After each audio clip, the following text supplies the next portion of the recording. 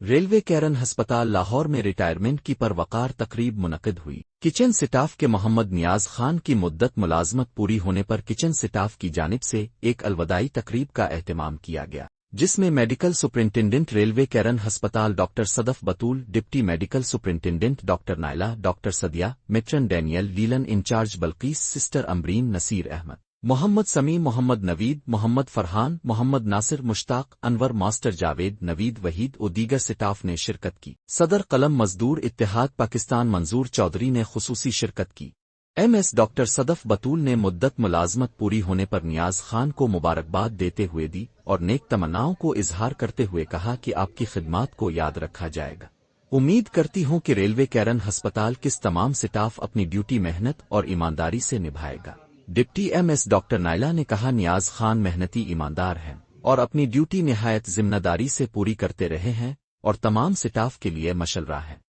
صدر قلم مزدور اتحاد پاکستان منظور چودھری نے ریٹائرمنٹ کے موقع پر مبارکباد دیتے ہوئے کہا، نیاز خان ریلوے کیرن ہسپتال کا بہترین ورکر تھا جنہوں نے زندگی کے تقریباً 35 سال اس محکمے کو دیے، اور آج جس طرح M S, deputy M S اور تمام سٹاف نے عزت افزائی کے ساتھ ان کو رخصت کیا ہے، میں سب کو خراج تحسین پیش کرتا ہوں۔